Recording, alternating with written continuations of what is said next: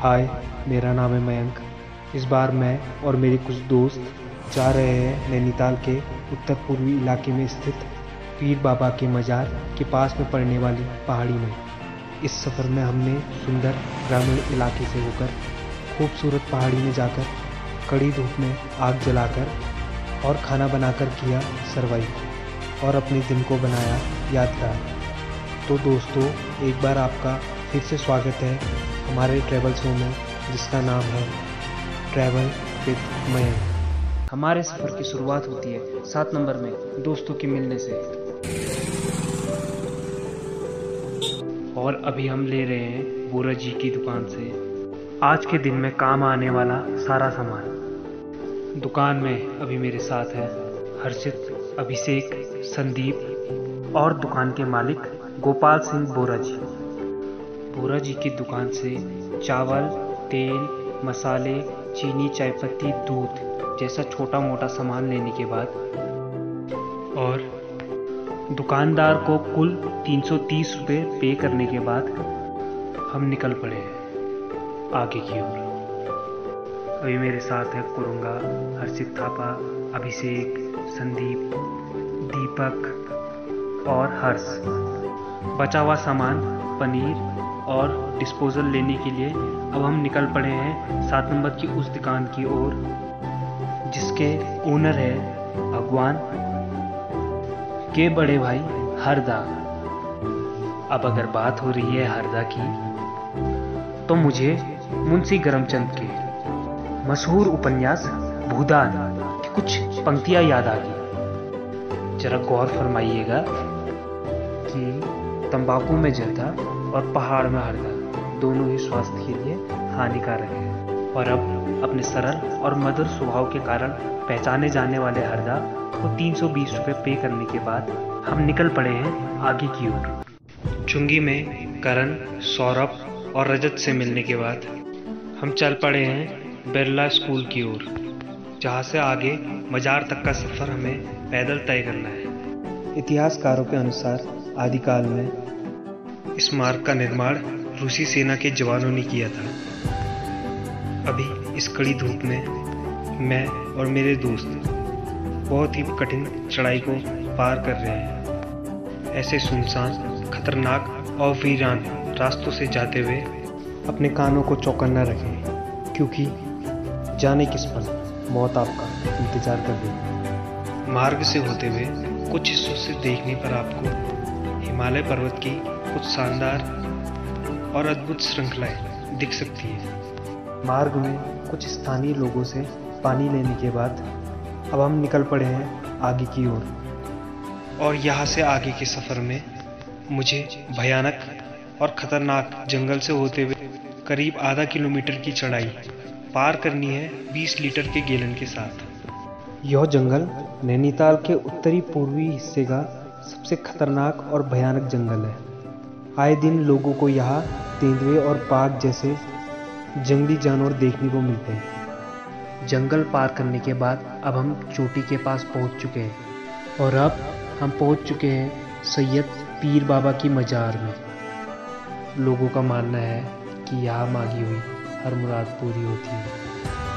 पीर बाबा के दर्शन के बाद अब हम निकल पड़े हैं आगे की ओर, और अवैध रूप से तारों को लांघ कर बढ़ रहे हैं अपनी मंजिल की ओर। जिस चोटी पर अभी हम मौजूद हैं, वहाँ से भवाली और बिरला विद्या मंदिर का ग्राउंड दिखाई पड़ता है। साथ ही यहाँ से देखने पर दिखाई पड़ता है भारतीय वायुसेना का रेडार, जिससे भारतीय सेना के सुरक्षा संबंधी कार्य संपूर्ण किए जाते हैं।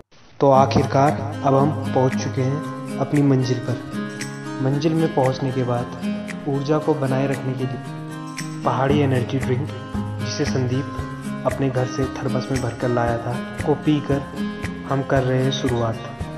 जहाँ एक और कुछ लोग चाय और प्राकृतिक सौंदर्य का आनंद ले रहे हैं, वही दूसरी ओर सौरभ लगे हैं जलावन के लिए लकड़ियाँ इकट्ठा करने में। सौरभ के कड़ी धूप में कठिन परिश्रम को देख करण शर्मा, जो कि रजत के बाद वन डायरेक्शन के सबसे बड़े फैन होने का दावा करते हैं, भी लकड़ियाँ इकट्ठा करने में जुट गए। लकड़ियों की कमी को देखते हुए मैं और कोरंगा खतरनाक और जानलेवा खाई जहाँ से गिरने पर आपकी मौत भी हो सकती है, में अपनी जान को जोखिम में डालकर घनी खतरनाक खाइयों और जानलेवा घनी झाड़ियाँ पार करते हुए लकड़ियाँ बटोर कर लाए।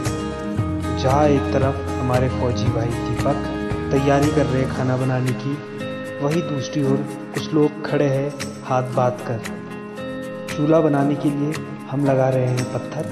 चूल्हा बनाने के बाद मशहूर फास्ट बॉलर कोरंगा कर रहे हैं कोशिश आग जलाने की। कोरंगा की नाकामयाब कोशिशों के बाद मैंने ऐसी विपरीत परिस्थितियों में जला दी है आग।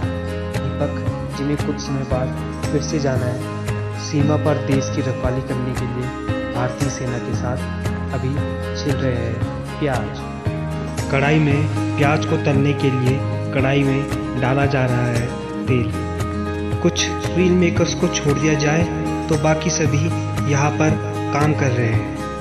भट्ट जी और हर्षित थापा यहाँ पर चावल बनाने के लिए कर रहे हैं वो सबसे महत्वपूर्ण कार्य जो होता है सबसे ज़रूरी। तेल गर्म होते ही हर्ष, जो कि दावा करते हैं हैरी स्टाइल के सबसे बड़े फ़ैन होने का, अब तेल में प्याज छौंकने के लिए डाल रहे हैं। जंगल में इस तरह से खाना बनाने के लिए सबसे ज़्यादा ज़रूरी चीज़ होती है आग। अब अगर बात हो रही है आग की, तो मुझे यहाँ पर मुंशी करमचंद के मशहूर उपन्यास भूदान की एक और पंक्ति याद आ रही। जरा गौर फरमाइएगा कि जली को आग कहते हैं, बुझी को राख कहते हैं। जली को आग कहते हैं, बुझी को राख कहते हैं। पहाड़ों में जो कुत्तों को उठा ले जाए उसे कुकरी बाघ कहते हैं। शेरो शायरी के इसी क्रम को आगे बढ़ाते हुए अब दूसरी कढ़ाई में रखा जा रहा है तेल गर्म होने को। तेल की कमी होने के कारण तेल को एक कढ़ाई से दूसरी कढ़ाई में स्थानांतरित किया जा रहा है। प्याज में डाला जा रहा है थोड़ा सा नमक और दूसरी कढ़ाई में मौजूद तेल में अब हम डाल रहे हैं तेज पत्ता, खड़ा मसाला।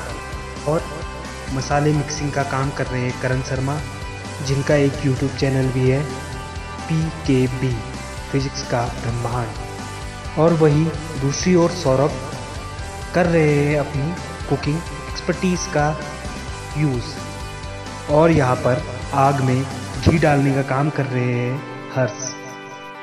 आग लेवा विधि से छौंका लगाने के बाद हमारे फौजी भाई दीपक कढ़ाई में डाल रहे हैं मसाला। ग्रेवी को स्वादिष्ट बनाने के लिए मसालों को भली भांति मिश्रित करना आवश्यक होता है और साथ साथ मसालों में पानी मिलाना भी है ज़रूरी। जहाँ एक और तैयारी हो रही है पनीर की ग्रेवी बनाने की, वहीं दूसरी ओर तैयार हो रहा है चावल। संदीप एंटरप्रेन्योर, इन्फ्लुएंसर, मार्केटिंग के बादशाह यहाँ पर काट रहे हैं पनीर। कोरंगा और the art silence Instagram page के एडमिन और मशहूर रील मेकर अभिषेक कर रहे हैं गीली लकड़ियों में चावल बनाने की कोशिश। अभी इस मंत्रमुग्ध कर देने वाले वातावरण में कढ़ाई पनीर मास्टर शेफ सौरभ के द्वारा तैयार किया जा रहा है। मशहूर तबला वादक हर्षित थापा अभी अपना हाथ आजमा रहे हैं वाद्य यंत्र गिटार में। थापा के बाद दूसरे मशहूर तबला वादक अभिषेक भी बजा रहे हैं गिटार, और अंत में बजा रहे हैं इन दोनों से ज़्यादा मशहूर मयंक।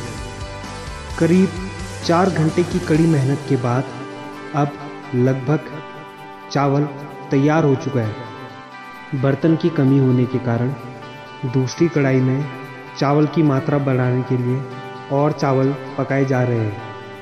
भोजन तैयार होने के बाद जहाँ कुछ लोग भोजन का आनंद ले रहे हैं, वहीं दूसरी ओर आदत से मजबूर तबला वादक अभिषेक तबला बजाने में व्यस्त है और हर्ष व्यस्त है नृत्य कला के प्रदर्शन में। और खाने को परोसा जा रहा है हमारे फौजी भाई दीपक के द्वारा, जो प्लेटों की कमी होने के कारण खुद खा रहे हैं डेगची में शाही पनीर और कढ़ाई चावल का सभी आनंद ले रहे हैं। खाना खाने के बाद खाने को पचाने के लिए मेरे कुछ मित्र नृत्य कला का प्रदर्शन कर रहे हैं।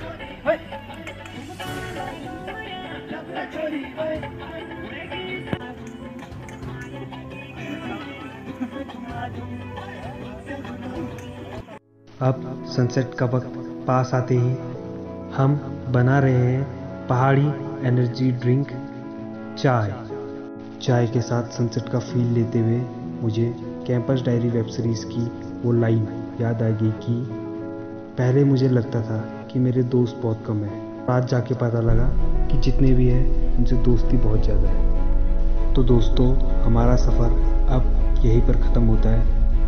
उम्मीद करता हूँ आपको वीडियो पसंद आई होगी। अगर वीडियो पसंद आई हो तो वीडियो को लाइक कीजिए, कमेंट कीजिए और आगे ऐसी ही वीडियो देखने के लिए हमारे चैनल को कीजिए सब्सक्राइब। तो फिर मिलेंगे ऐसे ही रोमांचक वीडियो के साथ।